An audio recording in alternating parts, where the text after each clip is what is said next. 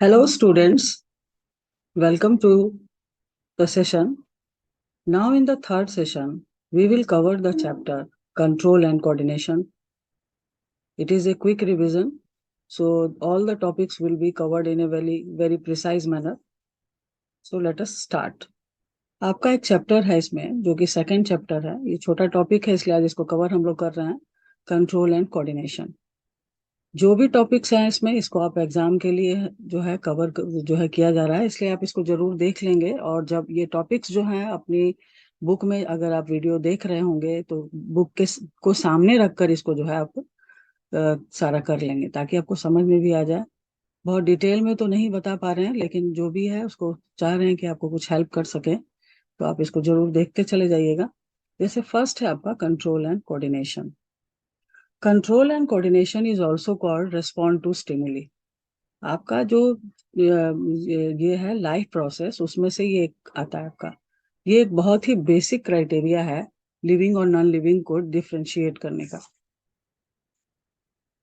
Control and coordination, it is also called respond to stimuli. तो respond to stimuli, तो first of all आता है कि stimuli क्या है। All the environmental changes going around us are called stimuli. जैसे क्या होता है, अभी जैसे मान लीजिए सुबह हो रही है तो लाइट में चेंज हो रहा है, साथ ही साथ सन हीट के कारण टेम्परेचर में चेंज हो रहा है, ठीक है। ग्रेविटी में चेंज होता है, बहुत सारे चेंजेस हमारे चारों तरफ होते हैं। तो वो सारे जो चेंजेस होते हैं उनको हम स्टिमुली कहते हैं।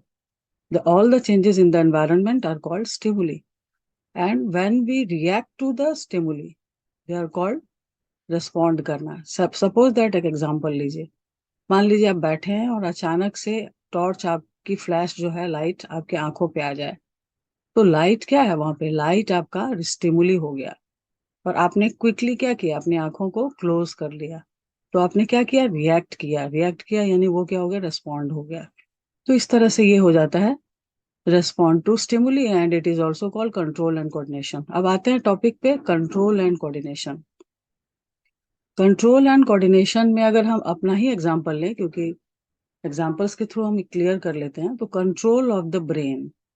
ब्रेन क्या कर रहा है, सभी चीजों को कंट्रोल कर रहा है। जितनी भी एक्टिविटीज आपकी हो रही है बॉडी में, वॉलेंट्री इनवॉलेंट्री, सबको वो कंट्रोल करता है। और कोऑर्डिनेशन क्या होता है, coordination that means working together of all the organs and organ systems under the control of the brain. तो ये आपका हो गया कंट्रोल एंड कोऑर्डिनेशन, ठीक है। तो ये आप सबसे पहले टॉपिक का डेफिनेशन जरूर कर लेंगे, टेल टाइप क्वेश्चन है तो उसमें आपको पूछा जा सकता है ये। सबसे पहले जो है, अब हम इसमें स्टार्ट करते हैं control and coordination in plants. वैसे जनरली अगर आप देखें तो there are two systems of control and coordination, ठीक है। फर्स्ट है आपका chemical method of control and coordination which is also called hormonal method. और सेकंड है आपका नर्वस सिस्टम, ठीक है। दो मेथड होता है, लेकिन in plants there is only one system of control and coordination, and that is called chemical or hormonal method of control and coordination। क्योंकि प्लांट्स में केवल एक मेथड है, इसलिए उनका जो रिस्पॉन्ड होगा, उनका जो रिएक्शन होगा, उनका जो मूवमेंट होगा वो भी लिमिटेड होता है, क्योंकि एक ही मेथड है। जबकि एनिमल्स में दे respond in a different way, वो भिन्न भिन्न तरीके से रिस्पॉन्स अपना दिखाते हैं, क्योंकि उनमें दो मेथड है। पहला है केमिकल और दूसरा है नर्वस सिस्टम, ठीक है। So let us start from the first, the plant. In plants, chemical method of control and coordination, there is only one system. In plants, it is done by hormones. तो hormones क्या होते हैं, सबसे पहली बात है कि बॉडी में बायोकेमिकल रिएक्शन होता है। यानी बायो मीन्स किसी भी ऑर्गेनिज्म लिविंग, जैसे प्लांट एक ऑर्गेनिज्म है, एनिमल एक ऑर्गेनिज्म है, तो लिविंग बॉडी में होने वाले जो भी प्रोसेसेस हैं वो केमिकल्स के द्वारा कंट्रोल होते हैं। और आपके बॉडी के दो केमिकल्स जो हैं वो क्या है, एंजाइम्स एंड हार्मोन्स हैं, केमिकल्स हैं। प्लांट में भी हार्मोन्स पाए जाते हैं। The hormones present in a plant for control and coordination are called plant hormones और phyto hormones. Phyto means plant hormones, ठीक है। तो ये होता है प्लांट्स में। प्लांट्स में जो है डिफरेंट जो हार्मोन्स कौन कौन से इन्वॉल्व हैं उसको हम लोग देखेंगे, नाम क्या है उनके। तो सबसे जैसे इंपॉर्टेंट है आपका auxin, gibberellin, cytokinin, abscisic acid, then ethylene. जो है आपके 10th में आपको इतना कम से कम नॉलेज होना चाहिए। तो इसको याद करने से पहले आप एक काम करिए कि तीन को एक साथ पढ़ लीजिए। ऑक्सिन, जिब्रेलिन, साइटोकाइनिन, ये तीनों ग्रोथ ग्रोथ प्रोमोटर हार्मोन्स हैं, यानी बढ़ने में पूरी तरह से सहायक हैं, प्लांट को ग्रो करने में सहायक हैं। इससे क्या होगा कि आपका जो तीनों का जो फंक्शन होगा वो लगभग सिमिलर होगा, तो याद रखने में आसानी होगी। तो ऑक्सिन, जिब्रेलिन, साइटोकाइनिन, ये तीनों आप एक साथ पढ़ लेंगे। उसके बाद आपका क्या है, एब्सिसिक एसिड, एबीए हार्मोन। ठीक है, ये ग्रोथ इनहिबिटर होता है, यानी कि ग्रोथ को रोकता है जब अनफेवरेबल कंडीशंस होती हैं। ठीक है। फिर लास्ट आपका द ओनली गैसियस हार्मोन अगर पूछा जाए तो इथिलीन है। तो ये है आपका। तो सबसे पहले ऐसे आप डिवाइड करके इसको पढ़ लेंगे। इससे जो है आपको दो ग्रुप बना लीजिएगा और एक तो गैसियस हार्मोन में इथिलीन को रख लेंगे। इससे आपको आसानी होगी याद रखने में। उसके बाद आप क्या करेंगे कि सबका जो है मेन मेन एटलीस्ट, क्योंकि एग्जाम पीरियड है तो शॉर्ट में यहाँ पे हम डिस्कस कर रहे हैं, तो मेन मेन आप उसका जो है जो पिक्यूलियर उसका फंक्शन है वो जरूर पढ़ लीजिएगा। जैसे इसमें सबसे जैसे आपका एनसीईआरटी में दिखाई दे रहा है ऑक्सिन। ठीक है। तो ऑक्सिन क्या है, एक ग्रोथ हार्मोन है। ठीक है। और वो क्या चीज के रेस्पॉन्स में प्लांट को हेल्प करता है, तो वो जो है आप में प्लांट में जो डिफरेंट टाइप्स ऑफ मूवमेंट होती हैं, उसमें जैसे आपका मान लीजिए कि फोटोट्रॉपिक मूवमेंट है, ठीक है, जियोट्रॉपिक मूवमेंट है, तो उसको वो कंट्रोल करता है। तो यहाँ पर आप उसको जो है in response to phototropic and geotropic movement कौन सा हार्मोन इन्वॉल्व है, ऑक्सिन है। ठीक है। ऑक्सिन का जो फीचर्स है वो आप वहां पे पढ़ लीजिएगा।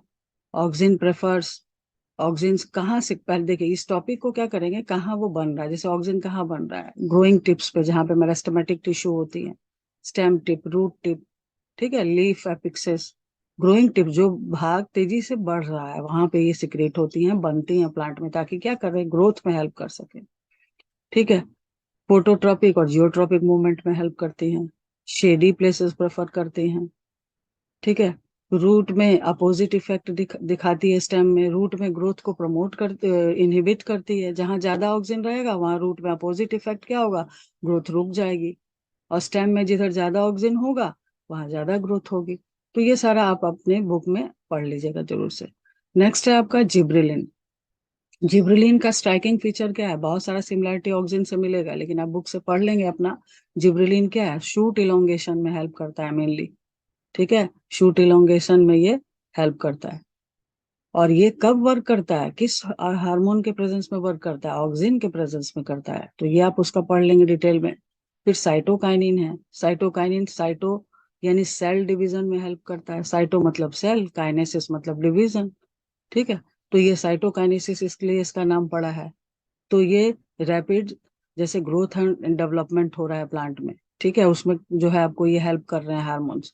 तो उसके ग्रोथ एंड डेवलपमेंट के 3 फेजेस होते हैं, हम पिछले वीडियो में भी आपको बता चुके हैं। पहले सेल डिवीजन होगा भाई, क्योंकि जब सेल होगा तभी तो उसका बॉडी बनेगा। अब रूम बनाना है तो पहले ब्रिक्स ईंट गिराना पड़ता है, तब जाकर वो ईंट जुड़ेगी, तब तो मकान जो है वो एक शेप में आएगा और तैयार होगा। वैसे ही है, site of growth and development में सबसे पहले क्या होगा, सेल डिवीजन होगी।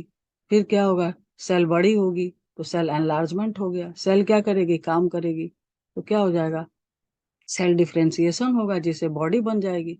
तो साइटोकाइनेसिस में फर्स्ट स्टेप जो होता है सेल डिवीजन में रैपिडली ये हेल्प करता है। उसके अलावा ये तीनों सेल एनलार्जमेंट, सेल डिफरेंशिएशन में भी हेल्प करते हैं, लेकिन मेनली इसका साइटोकाइनेसिस यानी सेल डिवीजन में हेल्प करता है। ओपनिंग ऑफ स्टोमाटा में ये हेल्प करता है। ठीक है। एबीए हार्मोन जो है, एब्सिसिक हार्मोन, ये इन तीनों से अपोजिट है, ये रोकता है वृद्धि को।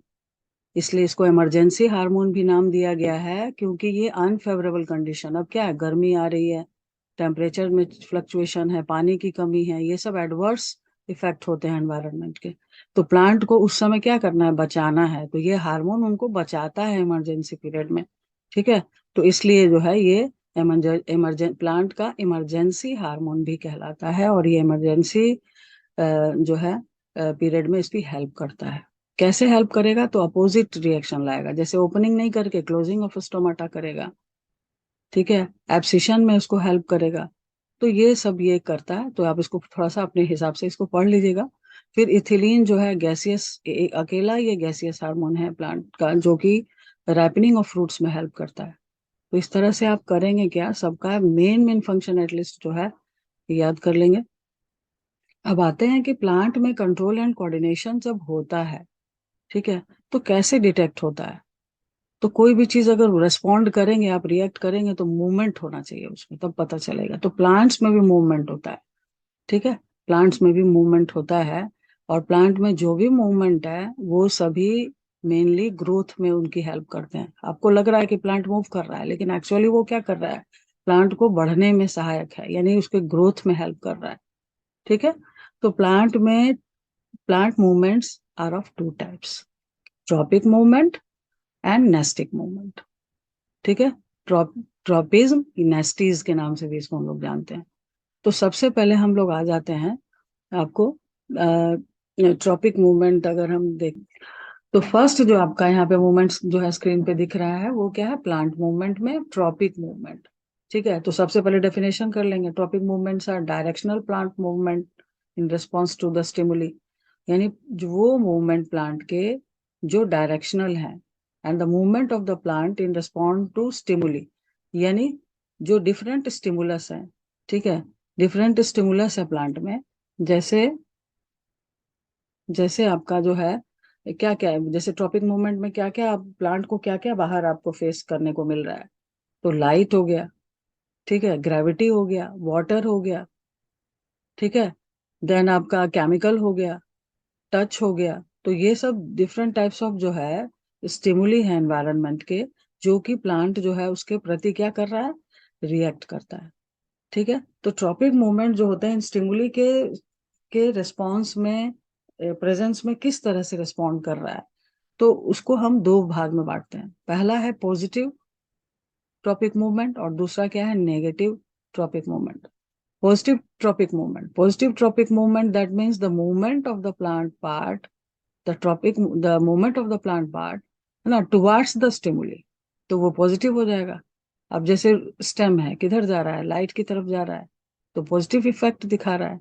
जबकि रूट क्या कर रहा है, लाइट से दूर जा रहा है, मिट्टी में क्या है, अंधेरा है, लाइट अवे फ्रॉम लाइट जा रहा है, यानी वो नेगेटिव ट्रॉपिक मूवमेंट को शो कर रहा है, ठीक है। तो tropic movement are directional movement in which the movement of the plant part, ठीक है, is determined by the direction of the stimulus. जिधर स्टिमुलस रहेगा उसके तरफ जाएगा तो पॉजिटिव, उसके अगेंस्ट जाएगा तो नेगेटिव।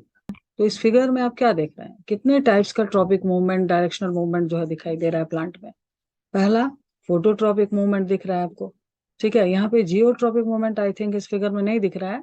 दूसरा आपका क्या है, दूसरा आपका जियोट्रॉपिक मूवमेंट है। तीसरा थिग्मोट्रॉपिक मूवमेंट है, थिग्मोट्रॉपिज्म बोलेंगे उसको, हाइड्रोट्रॉपिज्म बोलेंगे, कैमोट्रॉपिज्म बोलेंगे।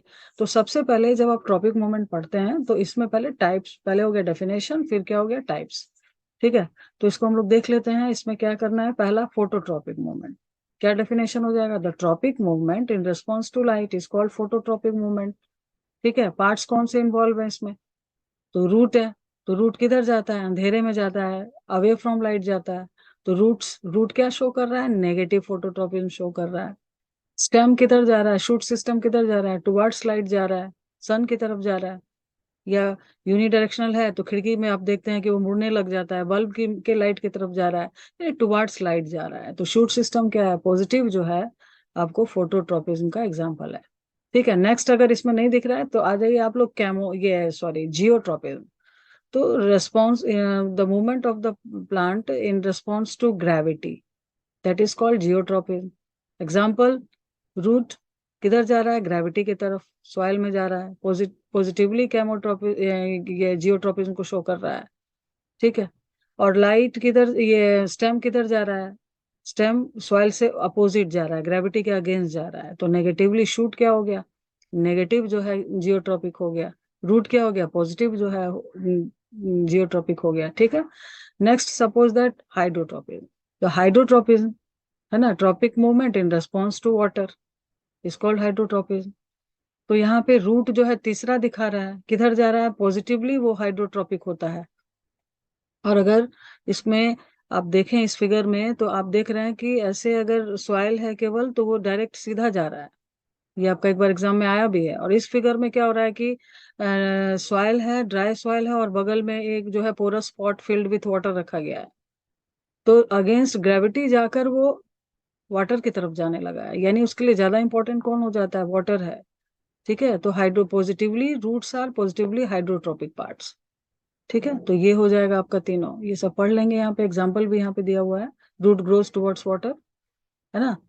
तो फिर आपका क्या है, कैमोट्रोपिज्म, है ना, response of a plant part in response to chemical. ठीक है, जैसे पॉलन ग्रेन का एग्जांपल दे दीजिएगा। पॉलन ग्रेन्स क्या कर रहे हैं, आपने पढ़ा है रिप्रोडक्शन चैप्टर में। जब वो स्टिग्मा पे जर्मिनेट करते हैं तो एक पॉलन ट्यूब जो है ग्रो होती है उससे, जो कि ऑटोमेटिक डाउनवर्ड ओवरी की तरफ जा रही है, क्योंकि वहां पे एक केमिकल है, नेक्टर, शुगरी सब्सटेंस, फूलों का रस जिसको कहते हैं। तो जर्मिनेट करके पोलन ट्यूब्स आर पॉजिटिवली जो है केमोट्रोपिक मूवमेंट शो कर रहे हैं, वो पॉजिटिवली केमोट्रोपिक हो रहे हैं। वो किधर जा रहे हैं, नेक्टर की तरफ जा रहे हैं। और हेल्प कहाँ हो रहा है, फर्टिलाइजेशन में हेल्प हो रहा है। ठीक है, फिर आपका क्या है, फिर आपका है थिग्मोट्रोपिक मूवमेंट। ठीक है, the movement of a plant part in response to touch thigmotropic movement कहलाता है। थिग्मोट्रोपिज्म का एग्जाम्पल है, एग्जाम्पल कौन है, तो टेंड्रिल्स। टेंड्रिल्स क्या है, आपका एनसीईआरटी का यहाँ क्वेश्चन है, जरूर इसको कर लेंगे। क्या टेंड्रिल क्या है और वो कैसे वर्क करता है थिग्मोट्रोपिक मूवमेंट में। तो tendrils are thread like cylindrical structures. ठीक है, दो तरह का होता है टेंड्रिल। अगर आप लौकी या कुकुम्बर वगैरह में देखते हैं कि स्टेम ही उसका जो है थ्रेड लाइक स्ट्रक्चर्स जो है लीफ के कॉर्नर से वो जर्मिनेट ग्रो कराता है। तो वो अगर स्टेम से निकल रहा है डायरेक्ट तो वो स्टेम टेंड्रिल हो जाएगा। मटर में पी में क्या होता है, लीफ उसका जो है उसका एपिक्सिस जो है वो क्वाइल कर जाता है। तो अगर लीफ से मॉडिफाई हो रहा है तो लीफ टेंड्रिल कहते हैं। वर्क क्या है इसका, ये एक पॉजिटिव थिग्मोट्रोपिक मूवमेंट का एग्जांपल है। पॉजिटिवली ये थिग्मोट्रोपिक होता है। अब है कि यहाँ पे क्वेश्चन एनसीईआरटी का आप कर लेंगे कि वो कैसे वर्क करता है। ठीक है, कैसे वर्क करता है। तो इसमें जो है आप क्या लिखेंगे, जैसे ही ये प्लांट में क्रीपिंग प्लांट्स में देखने को मिलता है, क्रीपिंग प्लांट्स का स्टेम वीक होता है। तो जैसे ही ग्राउंड पे क्रीप करते हैं और इनको जैसे ही सॉलिड सपोर्ट मिलता है, ट्री हो सकता है, ये हो सकता है कोई जो है वॉल हो सकती है। जो फार्मर्स होते हैं वो बाम्बू स्टिक इंसर्ट कर देते हैं सॉइल में बीच बीच में ताकि प्रॉपरली ग्रो करे। तो जैसे ही कोई सॉलिड सपोर्ट मिलता है, तो ये जो सॉलिड सपोर्ट है और ये टेंड्रिल जैसे क्रिप कर रहा है प्लांट, जैसे ही टेंड्रिल छूता है, उसको टच होता है ना, तो वहां पे जो उसका टिप है टेंड्रिल का, वहां से ऑक्सीजन जो है वो माइग्रेट करके अपोजिट साइड में चला जाएगा। ठीक है, जिधर टच हो रहा है उसके उल्टी दिशा में चला जाएगा। अब आपने क्या पढ़ा है, जिधर ज्यादा ऑक्सीजन है वहां पे वहां ज्यादा ग्रोथ होगी। तो अब अनइक्वल ग्रोथ होगी, इस तरह से अनइक्वल ग्रोथ होगी, एक बड़ा एक छोटा, है ना। तो अब क्या हो गया, ये वाला पार्ट ज्यादा ग्रो करेगा, अंदर वाला पार्ट जो टच में है वो कम करेगा। अब ये क्वाइल कर जाएगा, क्वाइल करेगा, वाइंड अप करेगा, और जो क्रीपिंग प्लांट्स हैं they will get the support. ठीक है, तो ये आप जरूर इसको कर लेंगे। तो ये सब आपका जो था ट्रॉपिक मूवमेंट था, जो कि 5 टाइप्स का होता है, इसको कर लीजिएगा। फिर हम लोग आते हैं नेस्टिक मूवमेंट की तरफ। तो नेस्टिक मूवमेंट जो होती है, पहले तो डेफिनेशन देखेंगे। Nastic movements are non directional plant movement in which the movement of the plant part is not determined by the direction of the stimulus। यानी स्टिमुलस कहाँ है उससे कुछ लेना देना नहीं है, वो मूव कर रहा है, इसीलिए इसको क्या कहते हैं, नॉन डायरेक्शनल प्लांट मूवमेंट बोलते हैं। ठीक है, ये कितने टाइप का है, 2 टाइप का। और ट्रॉपिक मूवमेंट कितने टाइप का था, 5 टाइप का। तो ये 2 टाइप्स का होता है, thigmonastic movement and photonastic movement, 2 तरह का होता है।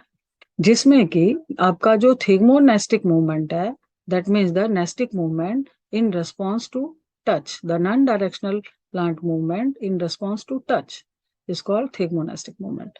ठीक है, किस में देखने को मिलता है, तो आपके लोकेलिटी में छुई मुई लाजवंती के नाम से पौधा मिलता है, जिसको touch me not be plant कहते हैं, सेंसिटिव प्लांट कहते हैं, लेकिन उसका साइंटिफिक नेम है माइमोसा पुडिका। ठीक है, माइमोसा पुडिका जो है आपका उसका साइंटिफिक नेम होता है। तो उसमें जो है थिग्मोनेस्टिक मूवमेंट देखने को मिलता है। ठीक है, जैसे ही हम उसको टच करते हैं, when it happens to touch, या तेज हवा भी चलती है तो ये अपने लीव्स को फोल्ड कर लेता है। तो इसलिए इसको हम लोग टच मी नॉट प्लांट भी कहते हैं। ठीक है, इसमें आपका एनसीईआरटी क्वेश्चन है कि कैसे ये वर्क कर रहा है। तो ये आपका एक्चुअली वाटर लॉस के थ्रू ये उसके पलविनी में होता है, आप वहां उसको डिटेल में पढ़ लेंगे क्योंकि जो है सारा टॉपिक जो है कौन कौन सा है इंपॉर्टेंट बताना है, और ऐसे हम इंडिपेंडेंट वीडियो अब जो है चैप्टर वाइज टॉपिक वाइज लाएंगे जिसमें आप उसको अच्छे से समझ सकते हैं। ठीक है, अब है आपका नेक्स्ट है फोटोनेस्टिक। अच्छा, थिगमोनेस्टिक जो मूवमेंट है ये एक ऐसा अकेला मूवमेंट है जो कि ग्रोथ मूवमेंट नहीं है, इंडिपेंडेंट है। यानी लीव्स क्या होंगी, टच होंगी तो फोल्ड हो जाएंगी, फिर वापस 15 से 30 मिनट, 30 मिनट में, 20 मिनट में वो वापस से ओपन अप हो जाएंगे। ये बार बार हो सकता है जब जब आप उसको छुएंगे, उससे ग्रोथ का कोई कनेक्शन नहीं है। तो ये एक अकेला इंडिपेंडेंट जो है मूवमेंट है। नेक्स्ट है आपका फोटोनेस्टिक मूवमेंट। ठीक है, the non directional plant movement in response to light. ठीक है, इसको हम फोटोनेस्टिक मूवमेंट कहते हैं। कहाँ दिख रहा है, तो फ्लावर्स में दिखता है। आप देखते हैं कुछ डे फ्लावर्स होते हैं, ब्राइट लाइट चाहिए, कुछ नाइट फ्लावर्स होते हैं, डीम लाइट उनको चाहिए। ठीक है, तो इस तरह से वो जो है खिलते हैं। लेकिन वहां पर जो है मतलब इंटेंसिटी ऑफ लाइट जो है वहां पर वर्क कर रही है, ब्राइट लाइट, यानी ज्यादा इंटेंसिटी है तो तब खिलेंगे। ठीक है, और डीम लाइट यानी कम है, धीमी रोशनी है, तब खिलेंगे, तो वो नाइट में खिलते हैं। तो यहाँ पे आपका फोटोनेस्टिक मूवमेंट जो है ये कहलाता है। ठीक है, डिटेल में आप सीनियर क्लासेस में इसमें पढ़िएगा एपिनेस्टिक मूवमेंट। एपिनेस्टिक मूवमेंट के कारण ही धीरे धीरे जो फ्लावर है वो खिल जाती है। ठीक है, इस तरह से जैसे आपका ये फ्लावर का पेटल्स अगर हम कंसिडर करें, तो इस केस में क्या हो रहा है, बंद है फ्लावर, फ्लावर बंद है, यानी आउटर जो उसका सरफेस है, आउटर जो सरफेस है फूल का, दो सरफेस कंसिडर कर रहे हैं। आउटर सरफेस जो है ज्यादा ग्रो कर रहा है, इनर सरफेस कम कर रहा है, तो फूल क्या हो जाएगा, ऐसे बंद हो जाएगा। ठीक है, ये हो जाएगा आपका। उसके बाद क्या है, अगर ऐसे खिल रहा है फूल, खिल रहा है यानी कि इनर सरफेस जो है वो ज्यादा ग्रो कर रहा है और आउटर सरफेस जो है कम ग्रो कर रहा है, ऐसे खिल रहा है बाहर की तरफ, ओपन अप हो जाता है फ्लावर। ठीक है, तो ये आपका एपिनेस्टिक मूवमेंट। एपिनेस्टिक मूवमेंट के कारण ही फ्लावर ओपन होता है, चाहे वो दिन में ओपन हो या फिर रात में ऊपर ओपन हो। तो ये आप यहाँ पे कर लेंगे। लास्ट में आप इसमें देख लीजिएगा दोनों में डिफरेंसेस क्या है ट्रॉपिक मूवमेंट और नेस्टिक मूवमेंट में। तो ट्रॉपिक मूवमेंट जो है आपका, उसका इंपॉर्टेंस भी यहाँ पे हम लोग देख लेंगे। ट्रॉपिक मूवमेंट का इंपॉर्टेंस क्या है, तो ट्रॉपिक मूवमेंट एक्चुअली क्या कर रहा है, ग्रोथ मूवमेंट है प्योरली। ठीक है, अगर सीड जर्मिनेट करता है तो वहां पर क्या हो रहा है, यहाँ वहां पे आपका जो रेडिकल है वो सॉइल के अंदर जा रहा है ना। क्यों जा रहा है, क्योंकि रूट में वहां पर आपने पढ़ा कि नेगेटिवली फोटोट्रॉपिक है, पॉजिटिवली जियोट्रॉपिक है, पॉजिटिवली हाइड्रोट्रॉपिक है। ऑटोमेटिक रूट जो है रेडिकल रूट बनकर कहाँ मिट्टी में चला जाएगा, रूट सिस्टम वाटर और मिनरल्स एब्जॉर्ब करने के लिए तैयार हो जाएगा। ठीक, और ऊपर से प्लूमिल किधर चला जाएगा, अबव द सॉइल चला जाएगा। ठीक है, क्योंकि वो पॉजिटिवली फोटोट्रॉपिक है, नेगेटिवली वो जियोट्रॉपिक है। तो फोटोसिंथेसिस स्टार्ट हो जाएगा प्लांट में, प्लांट क्या करेगा, ग्रोथ करेगा, डेवलप करेगा। ठीक है, यहाँ पे हो गया उसका इंपॉर्टेंस। नेस्टिक और ट्रॉपिक मूवमेंट में डिफरेंस आप लोग कर लीजिएगा, दोनों में क्या है। तो ट्रॉपिक मूवमेंट डायरेक्शनल है, nastic movement non directional plant movement है। ठीक है, ट्रॉपिक मूवमेंट जो होता है वो प्योरली ग्रोथ मूवमेंट होता है, नेस्टिक मूवमेंट ग्रोथ मूवमेंट या इंडिपेंडेंट मूवमेंट हो सकता है। ठीक है, ट्रॉपिक मूवमेंट जो होता है वो कितने टाइप्स का है, नेस्टिक मूवमेंट कितने टाइप्स का है, डिफ्रेंशिएट कर दीजिए। ट्रॉपिक मूवमेंट जहां भी दिख रहा है, रूट में, स्टेम में, पॉलन ट्यूब में, सब सिलेंड्रिकल पार्ट्स है। और नेस्टिक मूवमेंट किस में दिखा, लीफ में दिखा। ठीक है, पेटल्स में दिखा, फ्लैट पार्ट में होता है। तो ये सब आप कर लेंगे यहाँ पे। तो ये था आपका प्लांट का सेक्शन। अब एनिमल में आते हैं।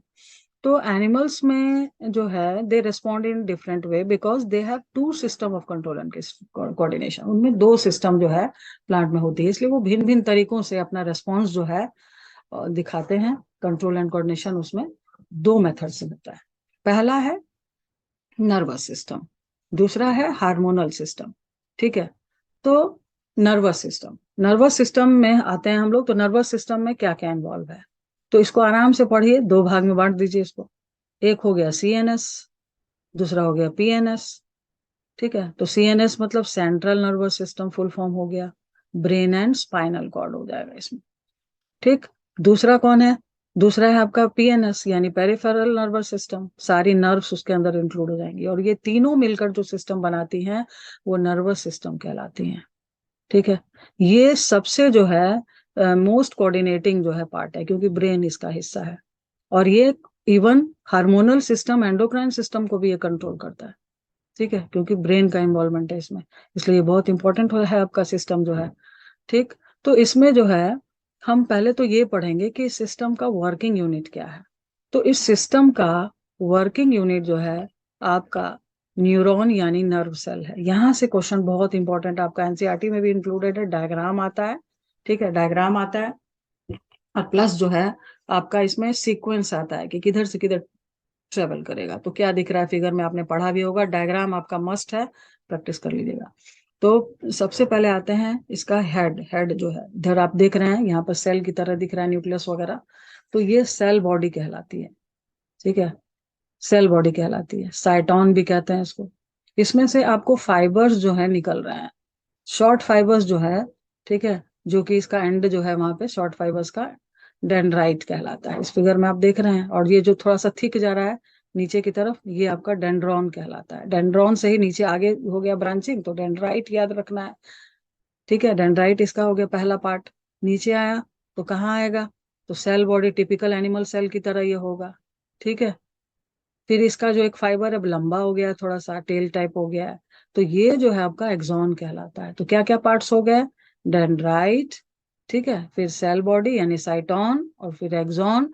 एक्सॉन का जो टर्मिनेशन है नर्व एंडिंग के नाम से इसको जान रहे हैं, और नर्व एंडिंग में बटन लाइक स्ट्रक्चर्स हैं जो कि सिनेप्टिक नॉब कहलाते हैं। यहाँ पर एक बहुत इंपॉर्टेंट केमिकल होता है ना, न्यूरो होता है, ठीक है। तो ये तो पहले इसका पार्ट आप पहले समझ लीजिए, डायग्राम एकदम मस्ट है, कर लेंगे पेंसिल से बनाने का प्रैक्टिस। और जो है अब है सीक्वेंस आता है, तो कहाँ जाएगा पहले, कहाँ आएगा मैसेज जो है कहीं पे भी, तो सबसे पहले इस सेल में डेंड्राइट से इन करेगा, कहाँ जाएगा, सेल बॉडी में जाएगा, डेंड्रॉन के बाद सेल बॉडी में जाएगा, सेल बॉडी से कहाँ जाएगा, एक्सॉन में, एक्सॉन के बाद किधर जाएगा सीक्वेंस, नर्व एंडिंग में जाएगा, सिनेप्टिक नॉब में जाएगा, ठीक है, ये कर लीजिएगा। अब आपके बॉडी में होता क्या है कि नर्वस सिस्टम में पूरे बॉडी में वायरिंग है, जैसे घर में वायरिंग होती है ना, लाइट आती है पोल से, और फिर पूरे घर में या दो रूम है या जितने रूम है सब में वायरिंग होती है, उसी तरह से आपके पूरे बॉडी की जो वायरिंग है जिससे कंट्रोल एंड कोऑर्डिनेशन परफॉर्म हो रहा है, ये जो है इन्हीं नर्व सेल्स के न्यूरॉन के कनेक्शन से होता है। यानी ये एक नर्व सेल दिख रही है ना, एंड टू एंड जो है इसमें जुड़ते चला जाएगा आपका, ठीक है, एंड टू एंड इसमें जुड़ेगा, तो जुड़ के जो है नर्व एंडिंग जैसे ही आएगी यहाँ पे एक नया सेल स्टार्ट हो जाएगा, और वो फिर डेंड्राइट वाला पोर्शन उसका वन वे इसमें जो है ट्रांसफर होता है, क्योंकि एक साइड केमिकल है और दूसरे साइड जो हेड की तरफ जो है यहाँ पे इलेक्ट्रिक इम्पल्स के थ्रू जा रहा है, ठीक है। तो इस तरह से सेल टू सेल ये जुड़ेगा, और फिर आपके बॉडी में पूरा कंट्रोल एंड कोऑर्डिनेशन के लिए वायरिंग जो है पूरा सिस्टम बिछ जाएगा पूरे बॉडी में, ठीक है। तो ये आपका जो है हो जाता है। अब क्या है, यहाँ पे क्वेश्चन आता है कि सिनेप्स किसको कहते हैं। तो एक नर्व सेल, ठीक है, एक नर्व सेल दूसरे नर्व सेल से कहाँ कनेक्टेड होगी, जैसे एक नर्व सेल आप फिगर में देख रहे हैं, नर्व एंडिंग के बाद क्या स्टार्ट होगा, हेड स्टार्ट होगा, यानी डेंड्राइट से कनेक्शन स्टार्ट होगा। तो जो माइक्रोस दोनों ऐसे टच नहीं रहता है, ठीक है, एक गैप होता है दोनों में, गैप होता है, उस माइक्रोस्कोपिक गैप को सिनेप्स कहते हैं। अब क्वेश्चन पूछता है सिनेप्स क्या है, तो it is a microscopic gap in between the two adjacent neurons, ठीक है। और फिर क्या है, कैसे ट्रांसमिट होता है, तो वहां पे आप लिखिएगा कि जो सिनेप्टिक नॉब है पहले वाले सेल का, वो एक केमिकल रिलीज करेगा, ठीक है, उसको न्यूरो कहते हैं। और वो जैसे ही डेंड्राइट दूसरे सेल के डेंड्राइट को टच करेगा, तो वहां से इलेक्ट्रिक इम्पल्स ट्रेवल होगा। यानी यहाँ पे समझना क्या है, डेंड्राइट जैसे मान लीजिए आप कुछ चीज छू रहे हैं हाथ से, तो स्किन वहां पे इन्वॉल्व है, तो वहीं से आपका जो है जैसे ही आप छूते हैं तो वहां पे थर्मो रिसेप्टर सेल्स होंगी, ठीक है। तो वो सेल क्या करेंगे, वो सेल जो है आपका वहां पे जो है क्या करेंगे कि हीट को जो है टेम्परेचर को डिटेक्ट कर ले रही है यहाँ पे, ठीक है। तो वो आपका क्या होगा, एक वहां से स्टार्ट हो जाएगा केमिकल रिएक्शन। तो वो कौन रिसीव करेगा, डेंड्राइट। जैसे ही डेंड्राइट पे वो आएगा केमिकल, एक इलेक्ट्रिक इम्पल्स डेवलप हो जाएगा, और वो इलेक्ट्रिक इम्पल्स जो है आपका ट्रेवल करके सिनेप्टिक नोड पे आएगा, सिनेप्स पे आएगा, केमिकल रिलीज होगा, वो केमिकल फिर टच करेगा, तो फिर डेंड्राइट में इलेक्ट्रिक इम्पल्स डेवलप होगा। इस तरह से आपके बॉडी ने ये जो है ट्रेवल करता है। अब यहाँ पे आप क्या देखना है, तो ये फिगर हो गया, और सिनेप्स क्या है ये आप कर लेंगे, ठीक है। उसके बाद जो है इसमें हम आपको बताना चाहेंगे कि what are the different parts of nervous system में हमने पीएनएस सीएनएस कहा, और जो है इसमें इंपॉर्टेंट क्या है, सेंस ऑर्गन्स, ठीक है, सेंस ऑर्गन्स और इफेक्टर ऑर्गन्स। तो पहले हम लोग स्टार्ट करने से पहले वर्किंग यूनिट हमने पढ़ लिया न्यूरॉन, अब हम लोग पहले रिसेप्टर्स को और इफेक्टर्स को जान ले, ठीक है। ये उसमें हेल्प करते हैं, इनको असिस्ट करते हैं, मेनली जो है ब्रेन, स्पाइनल कॉर्ड और डिफरेंट टाइप्स ऑफ नर्व्स हैं। तो इसमें सेंस ऑर्गन्स जो हैं आपकी जो भी हैं, जैसे आईज हैं, ठीक है, आईज है, नोज है, टंग है, ईयर है, स्किन है। तो जो भी है वहां पर जो है स्टिमुलस को यानी एनवायरमेंटल चेंजेस को रिसीव करने के लिए रिसेप्टर सेल्स होती हैं, रिसेप्टर ऑर्गन्स है, वो रिसीव करती हैं। ठीक है, तभी तो रिस्पॉन्ड होगा। पहले स्टिमुलस आएगा तब रिस्पॉन्स करेंगे हम लोग कंट्रोल एंड कोऑर्डिनेशन में। तो सबको बारी बारी से हम लोग देख लेते हैं। पहला आईज में क्या पड़ेगा, लाइट को डिटेक्ट करने के लिए फोटो रिसेप्टर सेल्स है। ठीक है, नोज में क्या है, ऑल्फैक्टरी रिसेप्टर सेल्स है, क्या कर रही हैं, स्मेल को डिटेक्ट कर रही हैं। टंग में गस्टेटरी रिसेप्टर सेल्स है, टेस्ट को डिटेक्ट कर रही हैं। ठीक है, स्किन में थर्मो रिसेप्टर सेल्स हैं। ठीक है, जो कि टेम्परेचर को, हीट चेंजेस को डिटेक्ट कर रही हैं। इसी तरह से है आपका। फिर हो गया आपका, हाँ ईयर्स है, ईयर्स में फोन आप लगाते हैं, फोनो रिसेप्टर सेल्स है। तो ये क्या करेंगे, जैसे ही बाहर से कुछ आ रहा है उसको बॉडी में ले जाना है तो रिसीव करेंगे उसको। आप कुछ देख रहे हैं मान लीजिए, ठीक है, तो तुरंत आईज उसको क्या कर लेंगे, रिसेप्टर सेल्स उसको कैच करके और नर्व्स के थ्रू जो है उसको ब्रेन को भेजेंगे। हर मैसेज ब्रेन को जाता है भाई, ब्रेन कंट्रोल कर रहा है क्योंकि सब चीज को। ठीक है, तो ये हो जाएगा।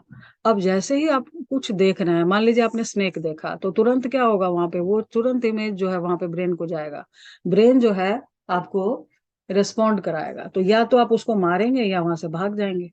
ठीक है, तो कहाँ से भाग रहे हैं, पैर से भाग रहे हैं। पैर क्या चीज से बना हुआ है, मसल से बना हुआ है। ठीक है, वहां पे क्या होगा, इमरजेंसी हार्मोन सिक्रीट होने लगेगा।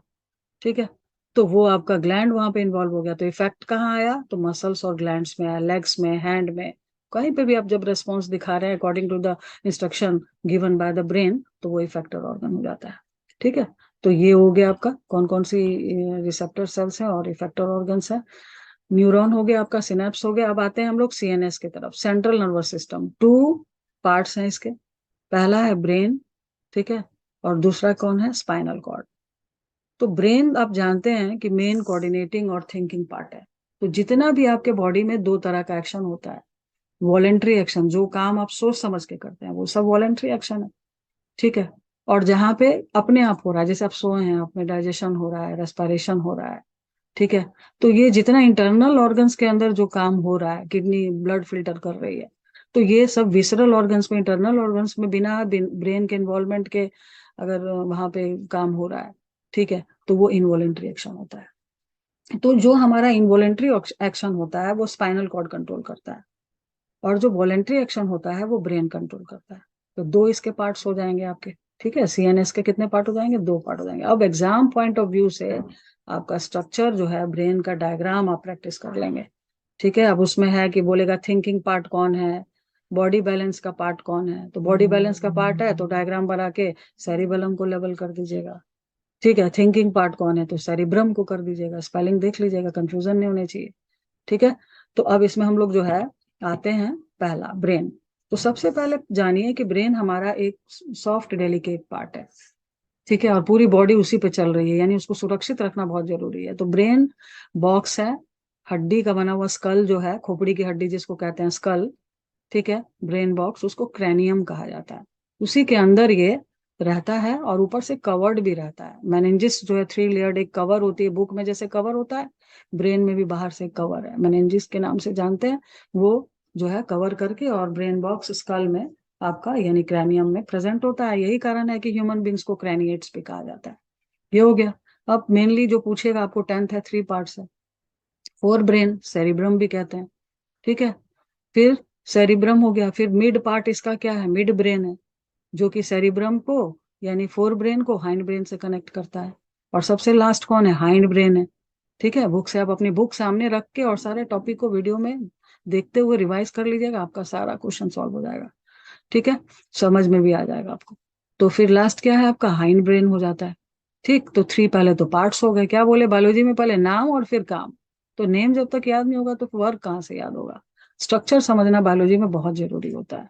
नेम के साथ स्ट्रक्चर समझ लीजिए, सब अपने आप याद भी हो जाएगा और वर्क भी समझ में आ जाएगा। ठीक है, पहला सेरिब्रम यानी फोर ब्रेन भी कहते हैं, ये सबसे लार्जेस्ट पार्ट हो गया। ठीक है, और मोस्ट जो है ये थिंकिंग कोऑर्डिनेटिंग पार्ट है। ये जितना भी काम आपके बॉडी में हो रहा है लगभग सब जो है ना। अभी अब जैसे एग्जाम देंगे, लर्न करना है, मेमोराइज करना है, थिंक करना है, सारा पार्ट, मोस्ट कोऑर्डिनेटिंग जो पार्ट है ये, सभी फंक्शन को ये वो ये कंट्रोल कर रहा है। तो ये हो जाएगा आपका। फिर उसके बाद किसका नंबर आ रहा है, तो आपका मिड ब्रेन का नंबर आ रहा है। तो मिड ब्रेन एक छोटा सा पार्ट है दोनों के बीच में, हाइंड ब्रेन और सेरिब्रम के बीच में। ठीक है, ये आपके बॉडी में, ठीक है, ये आपके बॉडी में इनवॉलेंट्री जो है एक्शंस, खासकर जो है रिफ्लेक्स एक्शन जो है, वो आईज से रिलेटेड, विजन से रिलेटेड और ऑडिशन यानी सुनने से रिलेटेड जितने भी रिफ्लेक्स एक्शन है, उनको ये क्या करता है, कंट्रोल करता है। ठीक है, तो ये आप कर लेंगे इसको। हेड और नेक रीजन में जो भी है उसको कंट्रोल करता है। नेक्स्ट है आपका किससे रिलेटेड, विजन यानी देखने, ऑडिशन यानी सुनने से रिलेटेड रिफ्लेक्स एक्शन को मिड ब्रेन कंट्रोल करता है। फिर आ जाइए थर्ड पार्ट, हाइंड ब्रेन। क्या दिख रहा है इसमें, 3 पार्ट्स हैं इसके। ठीक है, पॉन्स है, पॉन्स दिख रहा होगा फिगर में, आप अपनी बुक से भी मैच कर लेंगे। तो ये आपको रेस्पिरेशन को रेगुलेट करता है, याद करना है इसको। ठीक है, फिर क्या है, सेरिबेलम, डबल एल है, यानी डबल एल को पैर मान लीजिए। ठीक है, ये क्या करेगा, body balance, different types of posture, cycling, dancing, जितना भी क्रिकेट खेल रहे हो आप, कुछ भी कर रहे हो, लिख रहे हो, चल रहे हो, सारे बॉडी बैलेंस को ये मेंटेन करता है, पोस्चर को। और लास्ट जो है आपका मेड्यूला है। मेड्यूला वो पार्ट है हाइंड ब्रेन का जो ब्रेन को स्पाइनल कॉर्ड से कनेक्ट करता है। ठीक है, सबसे लास्ट पार्ट हो जाता है ये हाइंड ब्रेन का, और एक्चुअली ये पार्ट जो ब्रेन को स्पाइनल कॉर्ड से कनेक्ट करेगा, आप नीचे देख रहे हैं। ठीक है, तो ये है, ये क्या है, क्योंकि spinal cord involuntary action control कर रहा है ना, तो ट्रिक से याद कर लीजिए, स्पाइनल कॉर्ड कर रहा है इनवॉलेंट्री एक्शन को, तो मेड्यूला भी लगभग सारे इनवॉलेंट्री एक्शन को कंट्रोल करता है। जैसे क्या, ब्लड प्रेशर, रेस्पिरेशन, ना, ब्रीदिंग, ये सब जो है, ये मेड्यूला जो है कंट्रोल करता है। वॉमिटिंग हो रही है, कुछ भी है, तो ये सब, ये इनवॉलेंट्री एक्शन ये कंट्रोल करता है।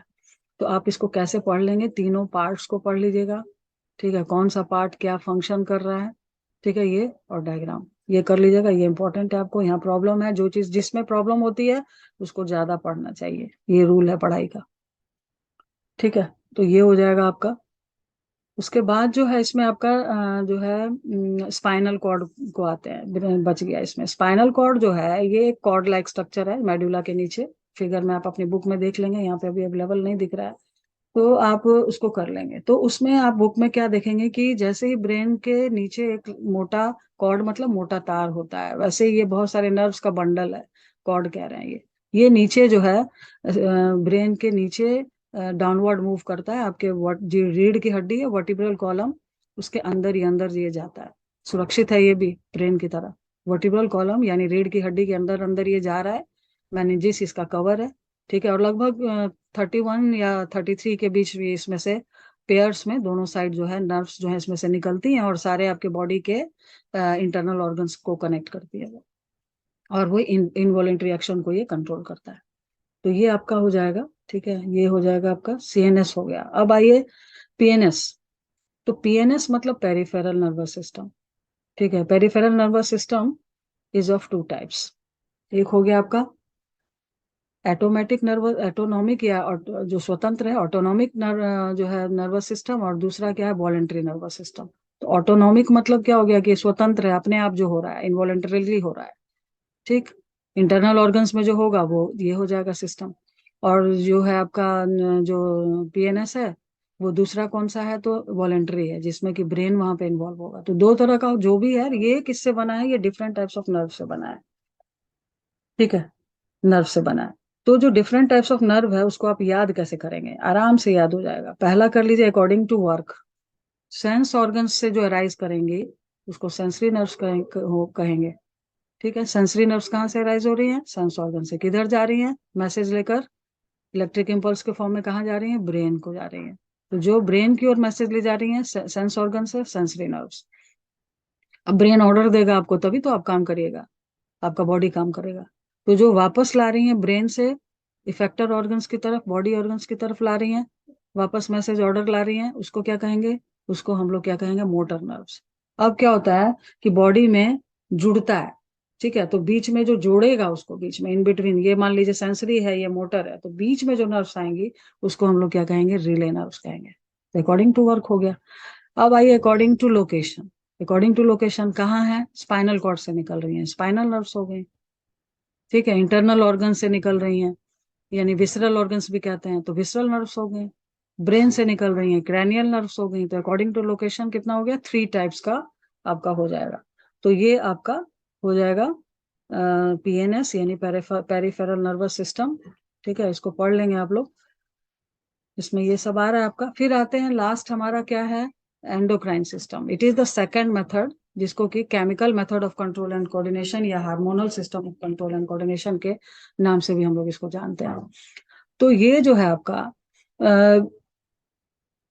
डिफरेंट टाइप्स ऑफ ग्लैंड्स को इन्वॉल्व करता है। तो ग्लैंड्स आपने पढ़ा होगा या जानते होंगे कि तीन टाइप की ग्लैंड्स एक्चुअली। ठीक है, एक्सोक्राइन ग्लैंड जो कि एंजाइम सिक्रीट करती हैं, डाइजेस्टिव एंजाइम्स लाइक एग्जांपल हो गया। दूसरा क्या है, एंडोक्राइन ग्लैंड। ठीक है, तो एंडोक्राइन ग्लैंड्स हार्मोन्स बनाती हैं।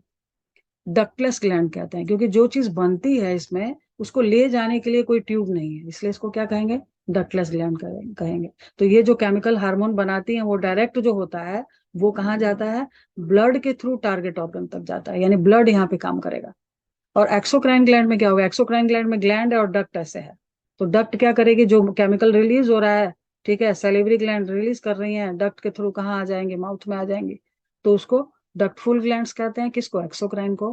क्या बना रहा है, एंजाइम बना रहा है। एंडोक्राइन ग्लैंड को क्या क्या सिक्रीट कर रहा है, हार्मोन कर रहा है, इसको क्या कहते हैं, डक्टलेस ग्लैंड कहते हैं। ठीक है, तो ये तो हो गया। फिर मिक्स्ड ग्लैंड भी होती हैं, दोनों तरह से वर्क करती हैं, तो वो सब भी है आपका, जैसे कि पेनक्रियास वगैरह। तो यहाँ पे एक्चुअली हम आ जाते हैं एंडोक्राइन ग्लैंड में। जो है chemical method of control, second method is chemical method, that is endocrinal system, that is the chemical method of control and coordination. तो इस फिगर में आप सारे ग्लैंड्स को देख लेंगे, डायग्राम अगर आपके माइंड में स्ट्रक्चर होता है बायोलॉजी में, ठीक है, तो सारा याद हो जाता है, इजीली वर्क भी समझ में आ जाता है। ठीक है, तो सबसे पहले आ जाइए हेड से। हेड में 3 है। ठीक है, पाइनियल का तो माइनर सा है, कुछ खास नहीं है। पाइनियल ग्लैंड क्या करती है, इमोशंस को कंट्रोल करती है, हंसना रोना ये सब। तो इसको पढ़ना कैसे ये भी पहले जान लीजिए, ग्लैंड का नाम पढ़ लीजिएगा। ठीक है, फिर कौन सा हार्मोन वो सिक्रीट कर रही हैं, ठीक है, कहाँ पे है, लोकेशन कहाँ है, बायोलॉजी में तो ऐसे ही होता है। ठीक है, पहले उसका अकरेंस भी पढ़ लेंगे। ठीक है, फिर जो है उसका फंक्शन हम लोग को जो है पढ़ लेंगे, स्ट्रक्चर पढ़ लेंगे, तो ये सब है। तो ग्लैंड कहाँ है, ठीक है, उसके बाद जो है वो कौन सा हार्मोन बना रही है, फंक्शन क्या है, बस इतना एग्जाम के लिए भी आपको इतना कर लेना है। तो पाइनियल ग्लैंड है, हेड में है। ठीक है, क्या कर रही है, तो ये जो है इमोशंस को कंट्रोल कर रही है, हार्मोन जो सिक्रेट कर रही है। पर्टिकुलरली उसका कुछ ज्यादा वो नहीं है, इन्वॉल्वमेंट अभी नहीं है 10th में। आइए हाइपोथैलेमस। हाइपोथैलेमस और पिट्यूटरी ग्लैंड को कैसे समझेंगे, तो आप मान लीजिए आपके स्कूल में जो डायरेक्टर सर होता है वो हाइपोथैलेमस का काम कर रहा है, और पिट्यूटरी ग्लैंड प्रिंसिपल है, और प्रिंसिपल क्या करेंगे, बाकी टीचर्स को कंट्रोल करेंगे। तो हाइपोथैलेमस जो है वो पिट्यूटरी ग्लैंड को कंट्रोल करता है। ठीक है, वो रिलीजिंग हार्मोन और इनहिबिटरी हार्मोन बनाता है। तो ये क्या होता है, आपके बॉडी में क्या होता है, एक लेवल है नॉर्मल, उससे ऊपर जाएगा यानी हाइपोसिक्रेशन और हाइपर सिक्रेशन का टर्म है। अगर उससे ऊपर जा रहा है हाइपर सिक्रेशन हो रहा है, उससे नीचे जाएगा हाइपोसिक्रेशन हो रहा है। कम बनेगा तो हाइपो, ज्यादा बनेगा तो हाइपर। ठीक है, तो उसमें क्या होता है, बॉडी में प्रॉब्लम आने लगती है। तो ये क्या करता है, अगर रिलीजिंग हार्मोन कब भेजेगा, ठीक है, जब कम बनेगा तो ज्यादा बनाओ, रिलीज करो। ठीक है, और अगर ज्यादा बना रहा है, ठीक है, हार्मोन कोई ज्यादा बन गया, नॉर्मल से ज्यादा बन गया, तब क्या करेगा, इनहिबिट करेगा, रोकेगा उसको, तो इनहिबिटरी हार्मोन जो है भेजेगा। तो ये हाइपोथैलेमस पिट्यूटरी ग्लैंड को रिलीजिंग और इनहिबिटरी हार्मोन्स के द्वारा भेजकर उसको कंट्रोल करने के लिए सारी चीजें बोलता है बॉडी के अंदर। ठीक है, तो ये हो गया, कौन कंट्रोल कर रहा है, हाइपोथैलेमस। कहाँ है, हेड में है। अब ब्रेन के बेस पे, ठीक है, एक ग्रूव में पिट्यूटरी ग्लैंड जो है होता है छोटा सा, जिसको मास्टर ग्लैंड कहते हैं। देखने में छोटा है लेकिन मास्टर ग्लैंड है।